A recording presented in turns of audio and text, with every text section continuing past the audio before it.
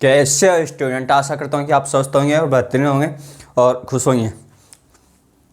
आज हम महत्वपूर्ण टॉपिक के बारे में बात कर रहे हैं, द्विघात समीकरण, डबल पावर इक्वेशन के बारे में, जो कि परीक्षा की दृष्टि से अति महत्वपूर्ण है।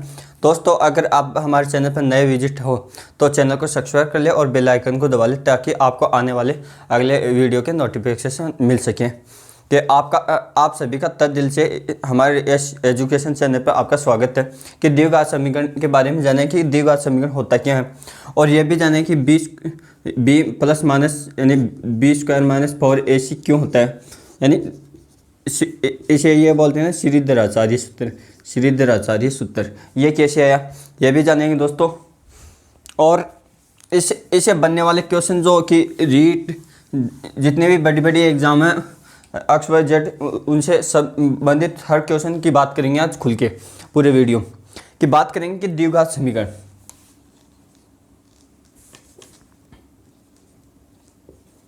द्विघात समीकरण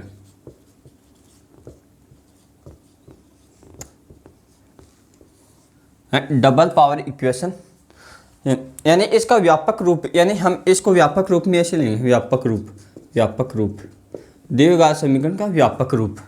आपको पूछेगा कि द्विघात समीकरण का व्यापक रूप क्या होता है, तो आप अगर ऑप्शन में ये रो, ये ए x square plus B x plus C equal to 0, अगर ये है, अगर आपको इक्वेशन ये दे रखी है, अगर आपको ऑप्शन में ये दे दिया ए इक्वल टू बराबर 0, तब ये द्विघात समीकरण नहीं है, क्योंकि ये 0 हो गया तो एकल घात हो गया। यहाँ ए का मान 0 नहीं होना चाहिए। और यहाँ ए बी सी क्या है, अचर है। यहाँ ए बी सी अचर है, अचर को बोला कांस्टेंट राशि। और अक्स वेरिएबल है, वेरिएबल यानी चर राशि। यह तो क्या द्विघात समीकरण का व्यापक रूप हो गया। अब इसके हल की बात करेंगे, द्विघात समीकरण को कैसे हल कर सकते हैं। हम द्विघात गुणनखंड विधि से हल कर सकते हैं द्विघात समीकरण को, यानी गुणनखंड करके, इसके टुकड़े करके, इसको ऐसे गुणा करके, इसको बीच वाले से ऐसे, क्या है उसे गुणनखंड विधि। एक विधि होती है कि श्रीधराचार्य से इसका मान निकाल सकते हैं। अब बात करेंगे श्रीधराचार्य सूत्र की। किसकी? श्रीधराचार्य सूत्र की।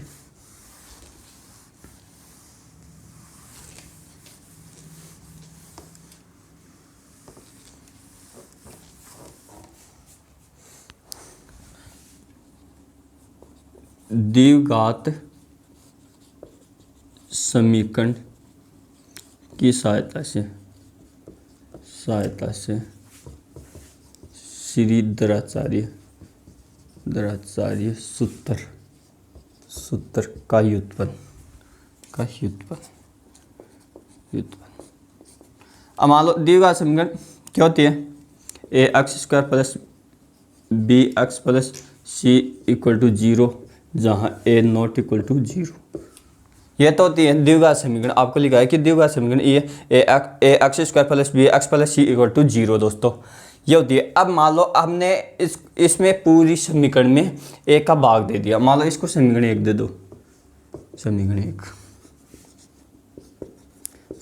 1 में ए का भाग या डिवाइड करने, भाग देने पर, यानी equation first both divide two side है ना, यानी दोनों तरफ ए का भाग दे देंगे।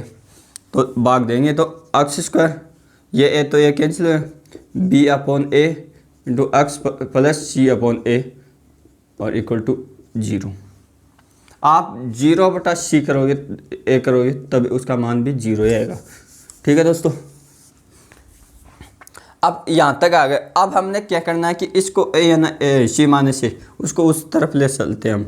ए स्क्वायर प्लस बी एक्स, यहाँ एक्स नहीं है, ए इंटू एक्स, और ये उधर ले चलते हैं तो ये माइनस का होगा सी अपॉन ए। यहाँ तक समझ में आ गया। क्या किया, पहले पूरे समीकरण में ए का भाग दे दिया, भाग दे के जो बना उसको सी अपॉन ए, यानी इसको उधर ले गया, ये राशि उधर है। अब क्या करेंगे, इसमें दोनों तरफ एक फॉर्म उसको बनाएंगे हम क्या, x plus b upon 2a का होल स्क्वायर का सूत्र बनाने की कोशिश करेंगे। तो इसमें क्या जोड़े, इसमें हमें क्या जोड़ना पड़ेगा, इसको समीकरण 2 दे दो। इस समीकरण 2 में दोनों पक्षों में यानी इक्वेशन अगर आप इंग्लिश में equation into both in the add है ना, बोथ यानी दोनों तरफ क्या करेंगे, B square minus 2 4a square है ना, करने पर जोड़ने पर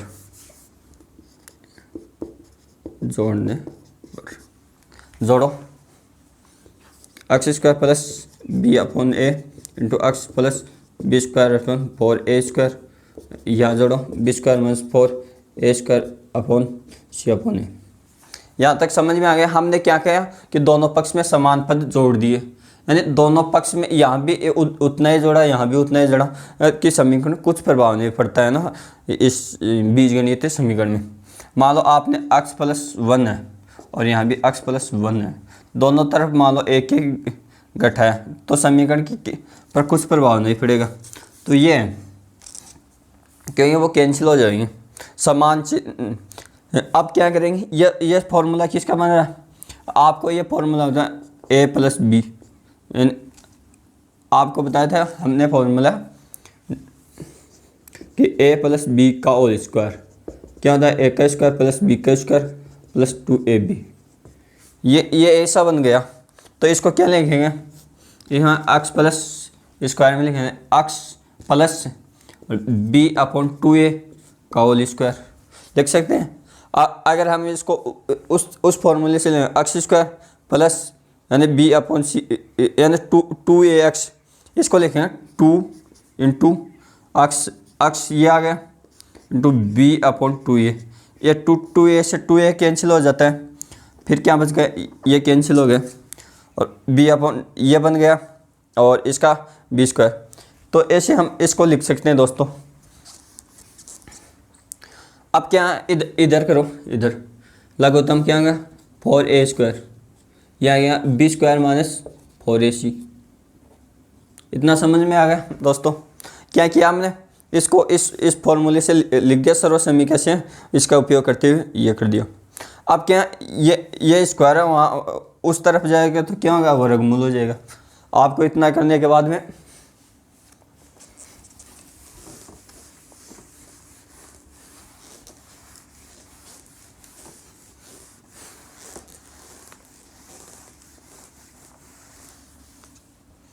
ये हो गया दोस्तों, क्या हो गया, x plus b upon 2a का square upon B minus 4ac का स्क्वायर इंटू 2a, यहाँ 4a स्क्वायर। दोनों तरफ वर्गमूल ले लो, दोनों पक्षों में वर्गमूल लेने पर लेंगे तो क्या होगा, x plus b upon 2a, इधर क्या होगा plus minus underroot b square minus 4ac upon 2a। ये होगा। हमें तो एक्स का मान ज्ञात करना है, तो एक्स का मान ज्ञात करेंगे।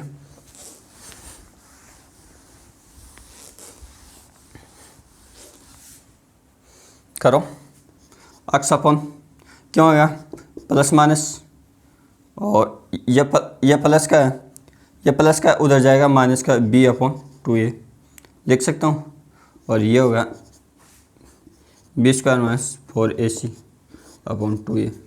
इसको हल किया 2a b minus plus minus upon b square minus 4ac, ये आ गया दोस्तों 4ac। अब क्या x इक्वल टू, इसे ही बोलते हैं कि श्रीधर आचार्य का सूत्र, श्रीधर आचार्य का सूत्र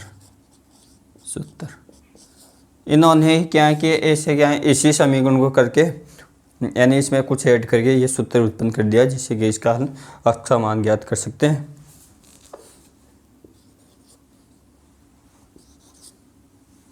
ये x है। तो ये क्या आपको प्रूफ करके बता दिया कि मैंने कि श्रीधर आचार्य का सूत्र दोस्तों ऐसे निकाला जाता है। अब बात करेंगे श्रीधर आचार्य का सूत्र से आगे।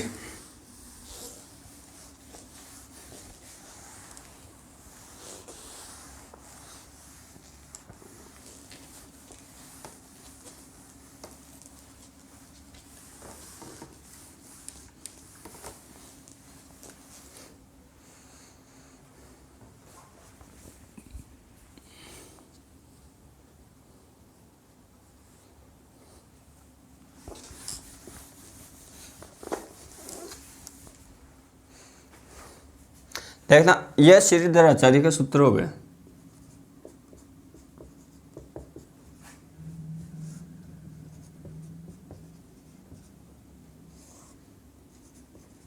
हो गया दोस्तों। और क्या a x square plus B x plus C equal to 0, जहाँ ए नॉट इक्वल टू 0 यह द्विघात समीकरण है। द्विघात समीकरण का व्यापक रूप है। इसका हल ये माना इसके द्विघात समीकरण के दो मूल, अगर इसकी पावर अधिकतम कितनी है 2, तो इसके 2 मूल है। अधिकतम पावर 3 तो इसके 3 हल होगी। अधिकतम 4 तो 4 होंगे। तो जितनी पावर होगी उतने हल। इसकी घात कितनी है, यानी किसी भी मान लो चर है बीजगणितीय समीकरण, उसकी घात और कोटि कैसे ज्ञात करोगे आप। मान लो इसकी घात कितनी है अधिकतम 2 और कोटि इसके गुणांक में जो ना जो एक कोटि होगी ऐसे। तो इस माना इसको समीकरण 1 दे दो। माना समीकरण 1 के मूल क्रम से क्या है, अल्फा तथा बीटा है। तब मान लो अल्फा तथा बीटा है, तब निकालो। तो मान लो अल्फा प्रथम क्या है, प्रथम मूल है। तो अल्फा बराबर क्या हो जाएगा, प्रथम मूल, यानी पहले प्लेस में ले लो चाहिए 20 square minus 4 AC upon 2A। यह हो गया द्वितीयक मूल बीटा हो गया मान लो। तो b minus 20 square minus 4 AC upon 2। यह दो मूल हो देंगे, यानी अल्फा और बीटा। अगर इन दोनों का मैं योग कर दूं, यानी मूलों का योग कर दूं दोस्तों, तो कर दो लो। क्या हो गया, अल्फा प्लस बीटा किया मैंने योग। क्या कर रहा हूँ, योग दोनों को जोड़ रहा हूँ। तो क्या बनेगा, जोड़ो दोनों समीकरणों को। अब जोड़ना भी आता है ये आपको, नहीं आता तो देखना। इनको मैं दोनों को जोड़ूंगा तो यहाँ प्लस आएगा, लघुत्तम समान है, ठीक है। तो ऊपर का ऊपर, ये प्लस का ये माइनस का, ये प्लस का ये कैंसिल है। ये क्या है, -2b अपॉन 2a। ये 2 से 2 कैंसिल, तो क्या है -b अपॉन a। क्या है, b अपॉन a। तो जब योग करेंगे तो -b अपॉन a आ जाएगा। अब मान लो मैं दोनों को गुणा कर दूं, मूलों का गुणनखंड, यानी मूलों का गुणनखंड अल्फा इंटू बीटा किया हमने, दोनों को गुणा कर रहा हूँ तब क्या बनेगा, यानी दोनों को मैं गुणा कर रहा हूँ तब क्या बनेगा। आप करके देख लेना। और वैसे आपको वैसे ही पता है कि इसका मान c अपॉन a आएगा। आप गुणा करोगे पहले इसको और इसको, यानी 4ab, इसको करोगे हल करोगे तो आप कौन सा सूत्र लगाओगे इसमें, यानी ये हो गया, ये प्लस में ये माइनस में, यानी हल करोगे इसको दोनों को गुणा करके, यानी ऐसे करो b plus b square minus 4ac upon 2a और minus b plus b square minus 4 2a ये है। अब इनको गुणा कर रहे हो आप, ये हो जाएगा 4a, ऊपर बच गया 4, यह बच गया 4c, और सब कुछ कैंसिल हो गया। इसका मान है c/a, इसका मान c/a। अब यहाँ तक कि मूलों का योग और मूलों का गुणनफल का सूत्र ये होता है। अब आपको कंपटीशन में क्या है, ये दे रखा मूलों का योग, तो b-b/a का मान दे रखा है, और मूलों का योग दे रखा है तो c/a का मान दे रखा है। अब क्वेश्चन यहाँ से स्टार्ट ना हो गया, अब स्टार्ट करता है कहाँ से एग्जाम में, वो देखना।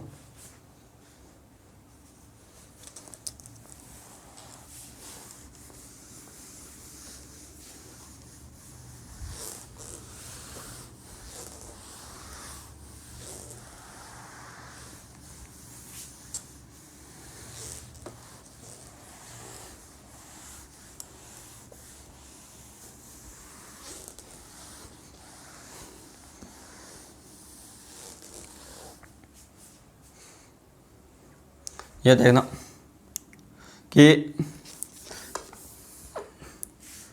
इसमें a का भाग दो, x² plus b/a into x plus c/a equal to 0, जहाँ a नॉट इक्वल टू 0।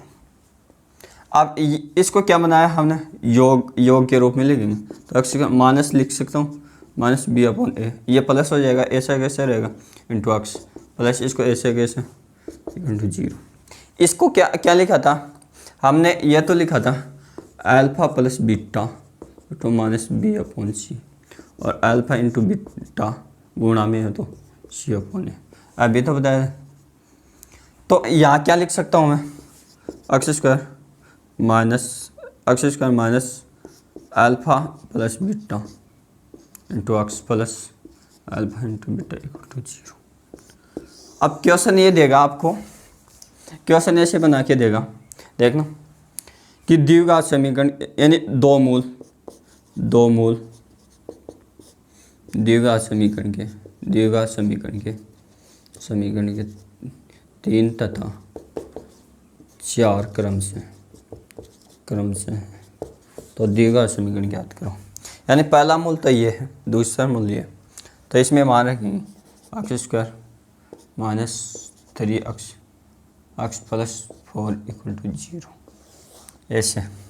यह आपको देगा, यानी मूलों का योग 3 है और गुणनफल 4 है, तो ये द्विघात समीकरण का ये रीट में आया हुआ क्वेश्चन है, रीट में जो अभी लगी है ना 2016 की 16-17 के लगभग, हाँ 17 मैंने, हाँ 18 में, रीट में 18 में आता है, रीट एग्ज़ाम में यह क्वेश्चन कि योग और अंतर से संबंधित। अब यहाँ तक बात होगी दोस्तों, ये इसका फॉर्मूला, ये इम्पोर्टेंट फॉर्मूला है, ये मोस्ट है, मोस्ट 10 लगा लो इसको, 100%, इससे क्वेश्चन पढ़ने की संभावना ज़्यादा होती है। अब बात करेंगे द्विघात समीकरण की प्रकृति की, किसकी, द्विघात समीकरण की प्रकृति की, कि द्विघात समीकरण की प्रकृति कैसे ज्ञात करें, तो मूलों की प्रकृति ज्ञात करने का सूत्र।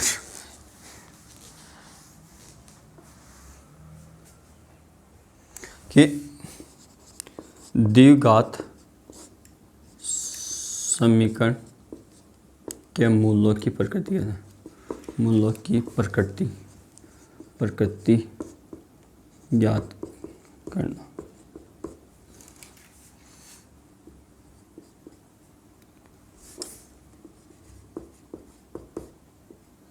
कैसे याद करें, d equal to b² minus 4ac, किस है, यानी इधर देखो x equal to minus b/ plus minus यानी b² minus 4ac upon 2a, इसको d से दर्शा दिए, इसे विव्यक्तीकरण कहते हैं। अब इसमें क्या होगा, इसका मान क्या होगा, b² माइनस 4ac का मान बड़ा या छोटा या 0, ये हो सकता है, ये 3 कंडीशन बन सकती है, ठीक है। अगर मान लो मैं इसका मान देखना, 3 कंडीशन कौन कौन से बन गए, b² minus 4ac equal to बराबर बी स्क्वायर माइनस 4ac का ac का मान 0 से बड़ा और B square minus 4ac ac का मान 0 से छोटा। ये 3 कंडीशन बन रही है। ठीक, इसमें एक तो ये कंडीशन में क्या है, इस कंडीशन में मान लो इसका मान 0 हो गया, इसका मान 0 हो गया, यानी दोनों मूल बराबर होंगे। तो इस कंडीशन में क्या मूल बराबर होंगे, क्या होंगे, मूल बराबर होंगे। आपको ऐसे लिख देता हूँ, समझा रही, ये तो समझ में आ जाएगा।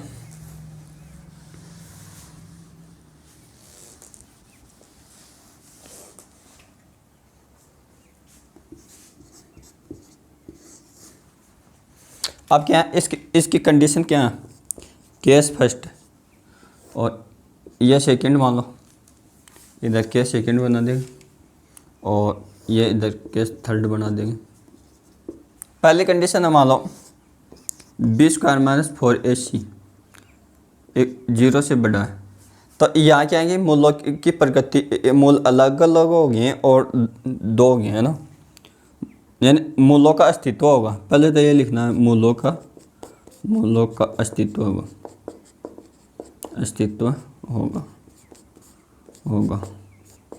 तथा मूलों की प्रकृति अद्वितीय हल होगा। मूलों का अस्तित्व होगा तथा मूलों की प्रकृति का अद्वितीय हल होगा, यह कंडीशन बन जाएगी।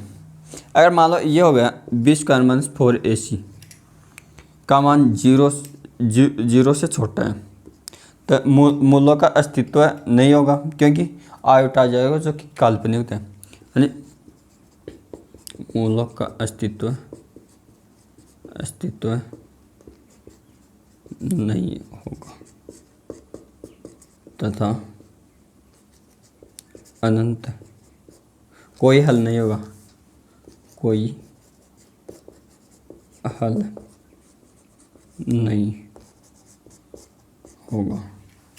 इसका क्या, कोई हल नहीं होगा। अगर b square minus 4ac equal to 0, यानी इसका मान 0 हो जाए, तब यह कंडीशन इम्पोर्टेंट है। यहाँ से क्वेश्चन ऐसे बनाएंगे, किसी द्विघात समीकरण दोनों मूल समान हो या बराबर हो तो के का मान ज्ञात करो। तो आपको ये कंडीशन लगा के के का मान ज्ञात करवाएगा। अब क्या हो गया, लगाओ, हाँ, मूलों का अस्तित्व होगा तथा दोनों मूल समान या बराबर होंगे।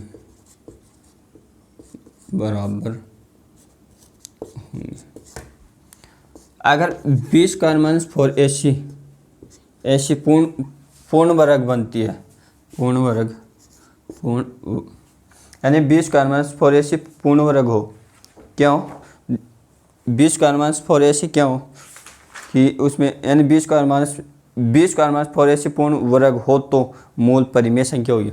और बी स्क्वायर माइनस 4ac पूर्ण वर्ग हो, पूर्ण वर्ग संख्या हो तो द्विघात समीकरण परिमेय संख्या होगी। द्विघात समीकरण यानी पूर्ण संख्या हो, पूर्ण वर्ग हो तो मूल, यानी पूर्ण वर्ग हो, यानी बी स्क्वायर माइनस 4ac का पूर्ण वर्ग हो तो दोस्तों क्या होगा, मूल क्या होगा, परिमेय संख्या, मूल परिमेय संख्या होगी।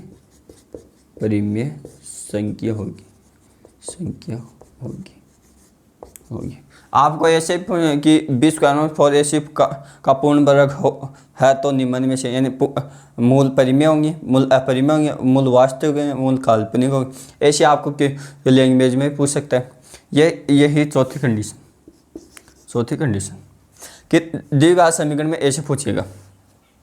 अब ये तो था द्विघात समीकरण का बेसिक जितना भी था। अब द्विघात समीकरण में मान लो आपको ऐसे पूछ लेगा,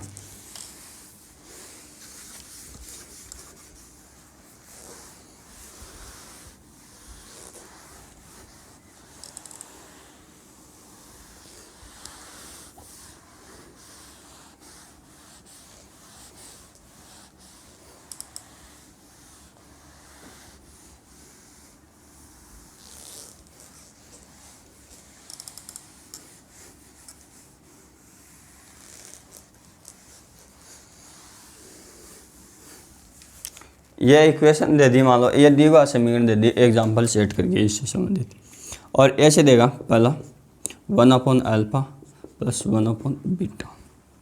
इसका मान आप हल कर लेना, देखना क्या बनेगा। अल्फ़ा प्लस बीटा,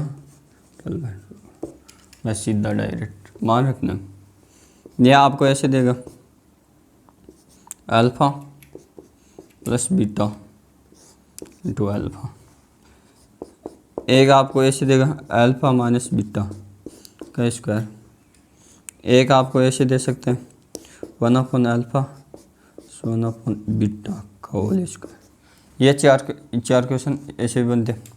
तो इसमें तो क्या है अल्फ़ा स्क्वायर माइनस, ये क्या है alpha square plus beta square minus 2 alpha into beta. इसका क्या होगा, इसका तो मान डायरेक्ट रख दें, अब आ जाएगा। अब क्या है इसको हल करोगे तो क्या बन जाएगा, ये ऐसे ही बन जाएगा यानी alpha plus beta alpha into beta का होल स्क्वायर और स्क्वायर। ये था कि दिए समीकरण के पूरा का पूरा बेसिक, जो कि आपको बेहतरीन तरीके से समझा दिया। मैंने पहले भी वीडियो बनाया था दोस्तों, लेकिन उस वीडियो में क्या कि थोड़ी वॉइस की कमी के कारण मैंने अच्छे से समझा नहीं पाया कि वॉइस में दिक्कत आ रही थी, कमेंट आ रहे थे, इसलिए मैंने दोबारा से वीडियो बना दी। अब कल बात करेंगे इससे संबंधित जितने भी क्वेश्चन बनते हैं उस पर। अगर आपको वीडियो अच्छा लगे तो लाइक करें, शेयर करें और चैनल को सब्सक्राइब करें और वीडियो कमेंट करें। Thank you.